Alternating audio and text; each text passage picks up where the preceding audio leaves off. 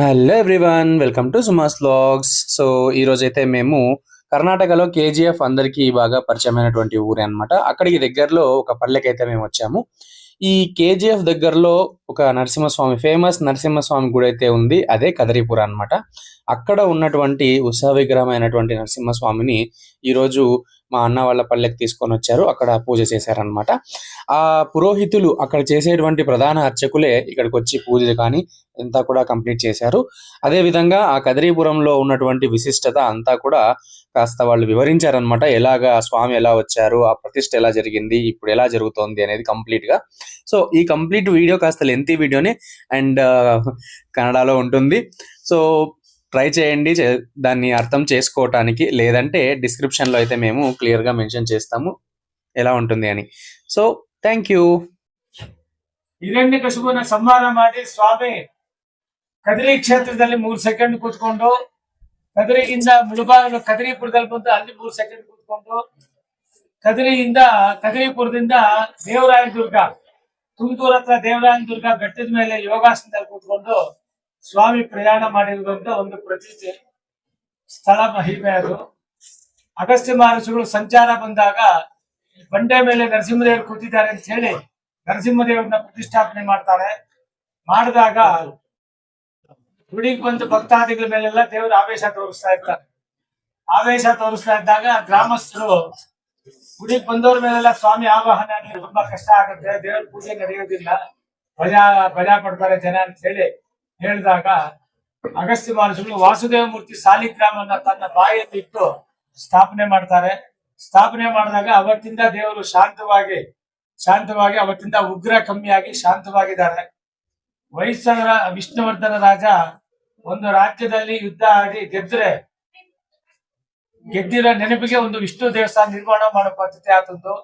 ಕೋಲಾರ್ನಲ್ಲಿ ಚೋಳರ ಹತ್ರ ಯುದ್ಧ ಆಡಿ ಅವ್ರನ್ನೆಲ್ಲ ಓಡಿಸಿ ವಿಶ್ರಾಂತಿ ತಗೊಂಡಿದ್ದಾಗ ಸ್ವಾಮಿ ನರಸಿಂಹದೇವರು ವಿಷ್ಣುವರ್ಧನ ರಾಜನಿಗೆ ಕನಸಲ್ಲಿ ದರ್ಶನ ಕೊಟ್ಟು, ಇಂತಹ ಸ್ಥಳದಲ್ಲಿ ನಾನಿದ್ದೀನಿ, ನನ್ನ ದೇವಸ್ಥಾನ ಜೀರ್ಣೋದ್ಧಾರ ಮಾಡು ಅಂತ ಹೇಳಿ ಸೂಚನೆ ಕೊಡ್ತಾರೆ. ಕೊಟ್ಟಾಗ ಮಾನ್ಯ ದಿನ ಸ್ಥಳ ಹುಡ್ಕೊಂಡು ಬಂದಾಗ ರಾಜ ನರಸಿಂಹದೇವ್ರನ್ನ ನೋಡಿ, ಇದೇ ದೇವ್ರಿ ರಾತ್ರಿ ಕನಸಲ್ಲಿ ಬಂದಿತ್ತು ಅಂತ ಹೇಳಿ ದೇವಸ್ಥಾನ ಎಲ್ಲ ಜೀರ್ಣೋದ್ಧಾರ ಮಾಡಿ 24 ಎಕರೆ ಜಮೀನು ದೇವಸ್ಥಾನಕ್ಕೆ ದಾನ ಮಾಡಿ ಶಾಶ್ವತವಾಗಿ ಪೂಜೆ ಏರ್ಪಾಟ್ ಮಾಡಿ ಮುಂದೆ ಪ್ರಯಾಣ ಮಾಡ್ತಾನೆ.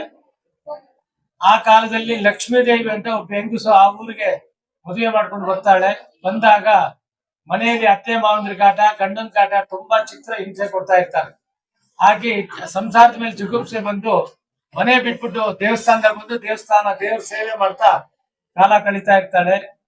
ಆ ಗ್ರಾಮಸ್ಥರೆಲ್ಲರ ಆಕೆಯಿಂದ ತುಂಬಾ ಅವಮಾನ ಮಾಡೋದು, ಬೈಯೋದು, ಹೊಡೆಯೋದು ಮಾಡ್ತಾ ಇರ್ತಾಳೆ. ಆಕೆ ಕಣ್ಣಲ್ಲಿ ನೀರ್ ಹಾಕೊಂಡು, ನೀವ್ ಅನ್ಕೊಂಡಂತ ಕೆಟ್ಟ ಹೆಂಗಸಲ್ಲ ನಾನು, ಸಂಸಾರ ಬಾಧೆ ಸಹಿಸ್ಕೊಳಕ್ಕಾಗ್ದೀರಾ ಇಲ್ಲಿ ಬಂದು ದೇವ್ರ ಸೇವೆ ಮಾಡ್ತಾ ಇದ್ದೀನಿ ಅಂತ ಹೇಳ್ತಾರೆ. ಹೇಳಿದಾಗ ಈ ಹಳ್ಳಿ ಜನ, ಒಟ್ಟು ಜನ, ನೀನ್ ಅಂತ ಪತಿವ್ರತೆ ಆದ್ರೆ, ಅಂತ ಸತ್ಯವಂತಳಾದ್ರೆ ನಮಗೆ ಸತ್ಯಾಂಶ ತೋರಿಸ, ಅವಾಗ ನಾವು ನಂಬ್ತೀವಿ ಅಂತ ಹೇಳ್ತಾರೆ. ಹೇಳಿದಾಗ ನಾಳೆ ಬೆಳಿಗ್ಗೆ ಬನ್ನಿ, ನಿಮ್ಗೆ ಸತ್ಯ ತೋರಿಸ್ತೀವಿ ಅಂತ ಹೇಳ್ಬಿಡ್ತಾರೆ. ಬಂದಾಗ ಮಾನ್ಯ ದಿನ ಬರೋಷ್ಟೊತ್ತಿಗೆ ಕಾಮನ ಹುಣ್ಣಿಮೆ ಬಂದಿರುತ್ತೆ. ನಾನು ಪ್ರತಿನಿತ್ಯ ದೇವ್ರ ಸೇವೆ ಏನ್ ಮಾಡ್ತಾ ಇರ್ತಾಳೆ, ರಂಗೋಲಿ, ಕಸ ಬಳಿಯೋದು, ರಂಗೋಲಿ ಹಾಕೋದು, ದೇವ್ರ ಸೇವೆ ಮಾಡೋದು ಮಾಡ್ತಾ ಇರ್ತಾಳೆ. ದೇವರ ತೀರ್ಥ ಸ್ವಲ್ಪ, ಒಂದು ಲೋಟದಲ್ಲಿ ತೀರ್ಥ, ಸ್ವಲ್ಪ ಕುಂಕುಮ ತಗೊಂಡು ದೇವಸ್ಥಾನದ ಎದುರಿಗೆ 108 ಅಡಿದು ಧ್ವಜಸ್ತಂಭ ಹೊಂದಿದೆ. ಒಂದೇ ಕಲ್ಲಿಂದ 108 ಅಡಿದು ಕಂಬ ಹಾಕಿ ಹೋಗಿ ಆ ಕಂಬಕ್ಕೆ ತೀರ್ಥ ಹಾಕಿ ಕುಂಕುಮ ಇಟ್ಟು ತನ್ನ ಸೀರೆ ಸರಿಗಿಂದ ಗಟ್ಟಿಯಾಗಿ ಕಂಬವನ್ನ ಗಟ್ಟಿಯಾಗಿ ಗಂಟೆ ಹಾಕ್ತಾಳೆ. ಗಂಟೆ ಹಾಕುವಾಗ ದೇವ್ರನ್ನ ಪ್ರಾರ್ಥನೆ ಮಾಡ್ಕೊಂತಾಳೆ, ಇವತ್ತಿನ ದಿನ ಈ ಜನಗಳಿಗೆಲ್ಲ ನನ್ನ ಪಾತಿವ್ರತ್ಯದ ಮೇಲೆ ಅನುಮಾನ ಬಂದಿದೆ, ಅದನ್ನ ನೀನೇ ಪರಿಹಾರ ಮಾಡ್ಬೇಕು ಅಂತ ಹೇಳಿದಾಗ ದೇವರು ಅದಕ್ಕೆ ತದಾಸ್ತು ಅಂತ ಹೇಳ್ತಾರೆ. 2 ಕೈಯಲ್ಲಿ ಆ ಕಂಬವನ್ನ 2 ಕೈಯಲ್ಲಿ ಎತ್ತಿ ನಿಲ್ಲಿಸ್ತಾಳೆ. 108 ಅಡಿ ಇದೆ ಕಂಬ, 2 ಕೈಯಲ್ಲಿ ಎತ್ತಿ ನಿಲ್ಲಿಸ್ತಾಳೆ. ನಿಲ್ಲಿಸಿದಾಗ ಆಕೆಗೆ ಯಾರು ಅವಮಾನ ಮಾಡಿ ಬೈದು ಹೊಡೆದು ಮಾಡಿರ್ತಾರೆ ಅವ್ರಿಗೆಲ್ಲರಿಗೂ ಕಣ್ಣುಗಳು ಹೊರಟೋಗುತ್ತೆ, ಮೈಯೆಲ್ಲ ಉರಿ ಬಂದು ಬೊಬ್ಬೆ ಬಂದ್ಬಿಡುತ್ತೆ. ಆಮೇಲೆ ಆ ಜನ ಎಲ್ಲ ಆಕೆ ಪಾದ ಇಟ್ಕೊಂಡು ಬೇಡ್ಕೊಂತಾರೆ, ತಪ್ಪಾಯ್ತಮ್ಮ, ನಾವು ತಪ್ಪು ಮಾಡ್ಬಿಟ್ಟಿದೀವಿ, ನಮ್ಮನ್ನ ಕ್ಷಮಿಸ್ಬೇಕು ಅಂತ ಕೇಳ್ಕೊಂಡಾಗ ದೇವ್ರ ತೀರ್ಥ ತಗೊಂಡು ಅವ್ರಿಗೆಲ್ಲ ಪ್ರೋಕ್ಷಣೆ ಮಾಡ್ತಾಳೆ. ಮಾಡಿದಾಗ ಎಲ್ಲರಿಗೂ ಯಥಾ ಪ್ರಕಾರ ಕಣ್ಣುಗಳು ಬರುತ್ತೆ, ಮೈ ಉರಿ ಎಲ್ಲ ಕಮ್ಮಿ ಆಗುತ್ತೆ. ಆಮೇಲೆ ಹಳ್ಳಿ ಜನ ಎಲ್ಲ ಆಕಿನ ಬೇಡ್ಕೊಂತಾರೆ, ಇನ್ನು ಮುಂದೆ ನಾವು ಯಾವುದೇ ಇವಾಗ ತೊಂದರೆ ಕೊಡೋದಿಲ್ಲ, ನಿಮ್ಮನ್ನ ಚೆನ್ನಾಗಿ ನೋಡ್ಕೊಂತೀವಿ, ನೀವು ಇಲ್ಲಿ ಬಿಟ್ಟು ಎಲ್ಲಿ ಹೋಗ್ಬಾರ್ದು ಅಂತ ಕೇಳ್ಕೊಂತಾರೆ. ಕೇಳ್ಕೊಂಡಾಗ ಆಕೆ ನನಗೆ ಇಷ್ಟೊಂದು ಚಿತ್ರಹಿಂಸೆ ಕೊಟ್ಟಿದ್ದಾರ, ನಾನು ಇನ್ನ ಇಲ್ಲಿ ಇರೋದಿಲ್ಲ ಅಂತ ಹೇಳಿ ಆ ಕಂಬನ್ನ ಎರಡು ಕೈಯಲ್ಲಿ ಆಲಿಂಗನ ಮಾಡ್ಕೊಂತಾಳೆ. ಕಂಬದಲ್ಲಿ ಐಕ್ಯ ಆಗೋಗ್ತಾಳೆ, ಕಂಬದಲ್ಲೇ ಸೇರ್ಕೊಂಡಾಗ ನರಸಿಂಹದೇವರು ಆಕೆಗೆ ಮಾತು ಕೊಡ್ತಾರೆ. ಪ್ರತ್ಯಕ್ಷ ಆಗಿ ಆ ಲಕ್ಷ್ಮೀ ದೇವಿಗೆ ಒಂದು ಮಾತು ಕೊಡ್ತಾರೆ. ಇನ್ನು ಮುಂದೆ ಯಾರು ಈ ದೇವಸ್ಥಾನಕ್ಕೆ ಬರ್ತಾರೋ ಮೊದಲು ಪೂಜೆ ನಿನಗೆ, ನಿನ್ನ ಕಂಬದ ಹತ್ರ ಬಂದು ಅವ್ರ ಕಷ್ಟ ಸುಖ ಎಲ್ಲ ಪ್ರಾರ್ಥನೆ ಮಾಡ್ಕೊಂಡು ನಿನ್ನ ಸೇವೆ ಮುಗಿಸ್ಕೊಂಡು ಒಳಗಡೆ ಗರ್ಭಗುಡಿಗೆ ಬಂದು ನನ್ನ ದರ್ಶನ ಮಾಡಿದ್ರೆ ಅವ್ರ ಕಷ್ಟಗಳೆಲ್ಲ ನಾನು ಪರಿಹಾರ ಮಾಡ್ತೀನಿ ಅಂತ ಹೇಳಿ ದೇವರ ಆಕೆಗೆ ವರ ಕೊಡ್ತಾರೆ. ಈ ದೇವಸ್ಥಾನದ ಪದ್ಧತಿ ಏನಪ್ಪಾ ಅಂದ್ರೆ, ಮೊದಲು ಬಂದವ್ರ ಭಕ್ತರೆಲ್ಲರೂ ಕಂಬದ ಹತ್ರ ಹೋಗಿ ಕಷ್ಟ ಸುಖ ಎಲ್ಲ ಪ್ರಾರ್ಥನೆ ಮಾಡ್ಕೊಂಡು ಆಮೇಲೆ ಒಳಗಡೆ ದರ್ಶನಕ್ಕೆ ಬರ್ತಾರೆ. ಇದು ಅದೇ ಪದ್ಧತಿಯಿಂದ ನಡ್ಕೊಂಡು ಬರ್ತಾ ಇದೆ. ಕಾಲಕ್ರಮೇಣ ನವಾಬಲ್ ಕಾಲ ಶುರು ಆಗುತ್ತೆ. ಅವ್ರು ನಮ್ಮ ಹಿಂದೂ ದೇವಸ್ಥಾನವೆಲ್ಲ ಧ್ವಂಸ ಮಾಡ್ತಾ ಇರ್ತಾರೆ. ಈ ಹಳ್ಳಿ ಜನ ರಾತ್ರಿ ಗರ್ಭಗುಡಿ ಮೂಲ ದೇವ್ರನ್ನ ಗರ್ಭಗುಡಿ ಸಮೇತ ಮುಚ್ಚಿಟ್ಬಿಡ್ತಾರೆ ಮಣ್ಣಲ್ಲಿ. ಮುಚ್ಚಿಟ್ಟಾಗ ಅವ್ರು ಬಂದು ದೇವಸ್ಥಾನ ಕಂಬಗಳು ಗೋಪುರ ಎಲ್ಲ ಹೊಡೆದಾಕ್ಬಿಟ್ಟು ಆ ಕಂಬನ್ ಹೊಡಿಬೇಕು ಅಂತ ಹೋದಾಗ ಬಾಯಲ್ಲಿ ಮೂಗಲ್ಲಿ ರಕ್ತ ಬಂದು ಅಲ್ಲೇ ಪ್ರಾಣ ಬಿಡ್ತಾರೆ. ಆಮೇಲೆ ಆ ಕಂಬದ ತಂಟೆಗೆ ಯಾರು ಹೋಗಿರೋದಿಲ್ಲ. 800 ವರ್ಷ ದೇವ್ರು ಮಣ್ಣಲ್ಲೇ ಇದ್ದೋಗ್ತಾರೆ. ಆ ಗರ್ಭಗುಡಿಲಿ ಮಣ್ಣಲ್ಲೇ ಮುಚ್ಚಿಟ್ಕೊಂಡು 800 ವರ್ಷ ದೇವರು ಮಣ್ಣಲ್ಲೇ ಇದ್ದೋಗ್ತಾರೆ. 49ನೇ ಇಸ್ವಿಲಿ ನಮ್ಮ ತಂದೆಯವ್ರಿಗೆ ನರಸಿಂಹ ಜಯಂತಿ ದಿವಸ, ವೈಶಾಖ ಮಾಸ ನರಸಿಂಹ ಜಯಂತಿ, ಮಧ್ಯಾಹ್ನ 12 ಗಂಟೆ ಆಗಿದೆ. ಆಗ ನಮ್ಮ ತಂದೆಯವರಿಗೆ ಸ್ವಾಮಿ ದರ್ಶನ ಕೊಟ್ಟು, ಇಂಥ ಕಡೆ ನಾನಿದ್ದೀನಿ, ನನ್ನ ದೇವಸ್ಥಾನ ಜೀರ್ಣೋದ್ಧಾರ ಮಾಡು ಅಂತ ಹೇಳಿ ಸೂಚನೆ ಕೊಟ್ಟಾಗ ನಮ್ಮ ತಂದೆಯವರು ದೇವಸ್ಥಾನ ಹುಡ್ಕೊಂಡು ಬರ್ತಾರೆ.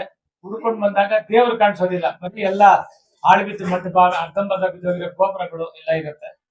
ಆ ಕಂಬದ ಹತ್ರ ದೇವಸ್ಥಾನ ಯಾವ್ದೋ ದೇವರಿಗೆ ಹುಡುಕ್ತಾ ಇದ್ದಾಗ ಆ ನರಸಿಂಹದೇವರ ಮುಚ್ಚಿಟ್ಟಿರ್ತಾರಲ್ಲ ಮಣ್ಣಿನ ಇದರಲ್ಲಿ, ಈ ಆಟ ಆಡೋ ಹುಡುಗರೆಲ್ಲ ಮಣ್ಣುಡ್ಡೆ ಮೇಲೆ ಹತ್ತಿದ್ರೆ ಜೋರಾಗಿ ಅವ್ರ ಬಾಯಿ ವೇದ ಮಂತ್ರ ಬರ್ತಾ ಇತ್ತು. ಕೆಳಗಡೆ ಇಳಿದ್ಬಿಟ್ರೆ ಅವ್ರಿಗೆ ಏನು ಬರ್ತಾ ಇರ್ಲಿಲ್ಲ. ಅದೆಲ್ಲ ನಮ್ಮ ತಂದೆಯವರು ಗಮನಿಸಿ ಅದ್ರೊಳಗಡೆ ಏನೋ ಇದೆ ಅಂತ ಹೇಳಿ ಆ ಮಣ್ಣೆಲ್ಲ ತೆಗೆಸಿದಾಗ ಒಳಗಡೆ ಲಕ್ಷ್ಮೀ ನರಸಿಂಹ ದೇವರು ಬಾಯಲ್ಲಿ ಸಾಲಿಗ್ರಾಮ ಇದೆ. ಆ ದೇವರು 800 ವರ್ಷ ರಕ್ಷಣೆ ಮಾಡ್ಕೊಂಡಿದ್ದಾರೆ. ಈ ಹಳ್ಳಿ ಜನ ಎಲ್ಲ ನಮ್ಮ ತಂದೆಯವ್ರಿಗೆ, ನಿಮ್ಮಿಂದ ದೇವರು ಬೆಳಕಕ್ಕೆ ಬಂದಿದ್ದಾರೆ, ನೀವೇ ದೇವಸ್ಥಾನ ಪೂಜೆ ಮಾಡ್ಕೊಂಡಿರಿ ಅಂತ ಹೇಳಿ ನಮ್ಮ ತಂದೆಯವರಿಗೆ ದೇವಸ್ಥಾನ ಕೊಟ್ಟಿದ್ದಾರೆ. ಕಮಿಟಿ ಇಲ್ಲ, ದೇವಸ್ಥಾನ ಗೌರ್ಮೆಂಟ್ಗೆ ಸೇರಿಲ್ಲ. ನಮ್ಮ ತಂದೆಯವರು ತಿಂಗಳಿಗೊಂದ್ಸಲ ಹೋಗಿ ಒಂದು ತಮಗೆ ನೀರು ಅಭಿಷೇಕ ಮಾಡೋದು, ಸ್ವಲ್ಪ ಬೆಲ್ಲ ದೇವ್ರ ಪಾತ್ರ ಇಡೋದು, ಗೋವಿಂದ ಅನ್ಕೊಂಡು ಬರ್ತಾರೆ. ಇಷ್ಟೇ ಅವ್ರ ಭಕ್ತಿ, ಅವ್ರ ಸೇವೆ. 2000 ಇಸ್ವಿಲಿ ನಾನು ನಮ್ಮ ತಂದೆ ಜೊತೆಗೆ ನಾನು ನೋಡ್ಬೇಕು ಅಂತ ಹೇಳಿ ಬಂದಾಗ ಅದ್ಭುತವಾಗಿರುವಂತಹ ದೇವರು ಇಂತಹ ಜಾಗದಲ್ಲಿ ಇದ್ದವ್ರಿಗೆ ಪೂಜೆ ಪುನಸ್ಕಾರ ಏನು ಇಲ್ಲ ಅಂತ ಹೇಳಿ, ನಾವು ಹುಟ್ಟಿದ್ದಕ್ಕೆ ಏನಾದ್ರೂ ಒಂದು ಸಾರ್ಥಕ ಮಾಡ್ಕೋಬೇಡ ಅಂತ ಹೇಳಿ ದೇವ್ರ ಪೂಜೆ ಪ್ರಾರಂಭ ಮಾಡಿದೆ. ದಿನಕ್ಕೂ ಅಭಿವೃದ್ಧಿಯಾಗಿ ಇವತ್ತಿನ ದಿನ ನಮ್ಮ ಕೋಲಾರ ಡಿಸ್ಟ್ರಿಕ್ಟ್ ಪೂರ್ತಿ ದೇವರು ಹರಡಿದ್ದಾರೆ. ಎಲ್ಲರೂ ತುಂಬಾ ಜನ ಬರ್ತಾರೆ. ಮಂಗಳವಾರ ವಿಶೇಷ ಪೂಜೆ, ವರ್ಷಕ್ಕೊಂದ್ಸಲ ಕಾರ್ಯಕ್ರಮ, ಒಂದೊಂದು ಕಾರ್ಯಕ್ರಮ ಕೇಳ್ತಾ ಇರ್ತಾರೆ ಸ್ವಾಮಿ. ಅಂದ್ರೆ ಭಕ್ತರು ಬರೋದಕ್ಕೆ ಕೂತ್ಕೊಳ್ಳೋ ಜಾಗ ಇಲ್ಲ, ಒಂದು ಹಾಲ್ ಕಟ್ಸು ಅಂತ ಹೇಳಿ ಮೊದಲು ಸೂಚನೆ ಕೊಟ್ರು. ಅದೆಲ್ಲ ರೆಡಿ ಆಯ್ತು. ಆಮೇಲೆ ದೇವಸ್ಥಾನ ಕಾಂಪೌಂಡ್ ಬೇಕು ಅಂದ್ರು, ಕಾಂಪೌಂಡ್ ಆಯ್ತು. ಆಮೇಲೆ ನಾನು ನನ್ನ ಹೆಂಡತಿ ಬ್ರಹ್ಮರಥದಲ್ಲಿ ಕೂತ್ಕೋಬೇಕು ಅಂತ ಹೇಳಿ ಸೂಚನೆ ಕೊಟ್ರು.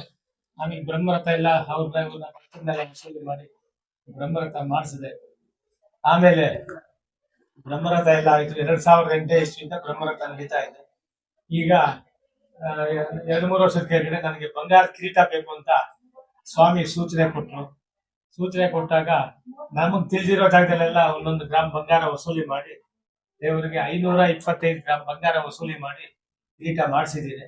ಇವಾಗ ಸ್ವಾಮಿ ನಾನು ನನ್ನ ಹೆಂಡತಿ ಪುಷ್ಕರಣಿ ಓಡಾಡ್ಬೇಕು ಅಂತ ಹೇಳಿ ಸೂಚನೆ ಕೊಟ್ಟಿದ್ದಾರೆ. ಆ ಪುಷ್ಕರಣಿಗೆ ಜಾಗ ಇರ್ಲಿಲ್ಲ. ಒಂದೊಂದು ಮನೆಗೆ 100 ರೂಪಾಯಿ ವಸೂಲಿ ಮಾಡಿ 28 ಲಕ್ಷ ರೂಪಾಯಿ ವಸೂಲಿ ಮಾಡಿ ಆ ಗುಡಿ ಮುಂದ್ಗಡೆ ಇರೋ ಜಮೀನ್ ತಗೊಂಡಿದ್ವಿ ದೇವಸ್ಥಾನಕ್ಕೆ. ಆ ಜಮೀನಲ್ಲಿ ಇವಾಗ ಪುಷ್ಕರಣಿ ಮಾಡ್ಬೇಕು ಅಂತ ಕೆಲಸ ಶುರುವಾಗಿದೆ. 3000 ಮೆಟ್ಲು ಬರಬೇಕು, 120 ಅಡಿ ಅಗಲ, 80 ಅಡಿ ಉದ್ದ, 14 ಅಡಿ ಡೀಪ್ ಪುಷ್ಕರಣಿ ಮಾಡ್ತಾ ಇದೀವಿ. ಶುರುವಾಗಿದೆ ಕೆಲಸ. ಆಗ ನನ್ಗೇನೋ ಐಡಿಯಾ ಕೊಟ್ಬಿಡ್ತೀಯ, ದುಡ್ಡು ಕೊಡೋದಿಲ್ಲ ಅಂತ ನಾನು ದೇವ್ರನ್ನ ಪ್ರಾರ್ಥನೆ ಮಾಡ್ಕೊಂಡಾಗ, ನನ್ನ ಭಕ್ತರ ಮನೆಗೆ ಕರ್ಕೊಂಡು ಹೋಗು, ಯಾರ ಮನೆಗೆ ಯಾರ ಭಕ್ತರ ಹತ್ರ ಎಷ್ಟು ಇಸ್ಕೋಬೇಕೋ ನಾನು ವಸೂಲಿ ಮಾಡ್ಕೋತೀನಿ ಅಂತ ಹೇಳಿ ಸ್ವಾಮಿ ವಾಗ್ದಾನ ಮಾಡಿದ್ದಾರೆ. ಹಾಗಾಗ್ಲೇ 340 ಮೆಟ್ಲು ಬಂದ್ಬಿಟ್ಟಿದೆ. ಒಂದು ಮೆಟ್ಲು ಬಂದು 5116 ರೂಪಾಯಿ ಒಂದು ಮೆಟ್ಲು. 3000 ಮೆಟ್ಲು ಬೇಕು. ಬರೋ ವರ್ಷ ಹುಣ್ಣಿಮೆ ದಿನ ರಾತ್ರಿ, ಕಾಮನ ಹುಣ್ಣಿಮೆ ದಿನ ರಾತ್ರಿ ಪುಷ್ಕರಣಿಯಲ್ಲಿ ತೆಪ್ಪೋತ್ಸವ ಮಾಡ್ತೀನಿ ಅಂತ ಸಂಕಲ್ಪ ಮಾಡ್ಬಿಟ್ಟಿದ್ದೀನಿ. ಅದನ್ನ ನೆರವೇರಿಸ್ಕೋಬೇಕು. ಇವತ್ತಿನ ದಿನ 3 ತಿಂಗಳಿಂದ ಬೆಂಗಳೂರು, ಮೈಸೂರು ಎಲ್ಲ ಕಡೆ ಸಂಚಾರ ಮಾಡ್ತಾ ಇದ್ದಾರೆ ಸ್ವಾಮಿ. 340 ಮೆಟ್ಲು ಬಂದ್ಬಿಟ್ಟಿದೆ. ಇವತ್ತಿನ ದಿವಸ ನಾನು ಇವ್ರ ಮನೆಗೆ ಹೋಗ್ಬೇಕು ಅಂತ ಸಂಕಲ್ಪ ಮಾಡಿ ಇವ್ರ ಮನೆಗೆ ಬಂದಿದ್ದಾರೆ. ಇವ್ರ ಮನೆಗೆ ಬಂದು ಇವ್ರ ಮೊಮ್ಮಗುಗೆ ಆಶೀರ್ವಾದ ಮಾಡಿ ಒಳ್ಳೆ ಆಯುಸ್ಸು, ಅಭಿವೃದ್ಧಿ, ಒಳ್ಳೆ ವಿದ್ಯಾಬುದ್ಧಿ ಕೊಟ್ಟು ದೇವರು ಕಾಪಾಡ್ಕೊಂಡ್ ಬರ್ತಾ ಇದ್ದಾರೆ. ದೇವಸ್ಥಾನ ಕಮಿಟಿ ಇಲ್ಲ, ಮುಜರಾಯಿ ಸೇರಿಲ್ಲ. ದೇವರ ಪ್ರೆಸಿಡೆಂಟು, ನಾನು ಅಸಿಸ್ಟೆಂಟು. ದೇವ್ರು ನನಗೆ ಸೂಚನೆ ಕೊಟ್ಟು ಅದನ್ನ ಕೆಲಸ ಕಾರ್ಯಗಳೆಲ್ಲ ಮಾಡಿಸ್ತಾ ಇದ್ದಾರೆ. ತುಂಬಾ ಸ್ಪೀಡಾಗಿ ಕೆಲಸ ನಡೀತಾ ಇದೆ. ಯಾರು ಬೇಕಾದ್ರೂ ನನ್ನ ಮೆಟ್ಲಿಗೆ సహాయం ಮಾಡಬಹುದು. సో ఈ విధంగా ఆ పురోహితులైతే ఆ స్టోరీని, ఆ తర్వాత గుడి యొక్క విశిష్టతని చెప్పారు. సో మాకు లాస్ట్ టైం వెళ్ళాం కానీ అప్పటికి ఛానల్ స్టార్ట్ చేయలేదు కాబట్టి ఆ గుడికి సంబంధించిన వీడియోస్ కానీ ఫొటోస్ కానీ ఏం లేవన్నమాట. నెక్స్ట్ టైం ట్రై చేస్తాం కంపల్సరీగా. ఇలాంటి మరిన్ని వీడియోస్ కోసం, చరిత్ర కోసం subscribe to Suma's vlogs. Thanks for watching. మరి ఇంకొక వీడియోలో కలుద్దాం. Bye bye.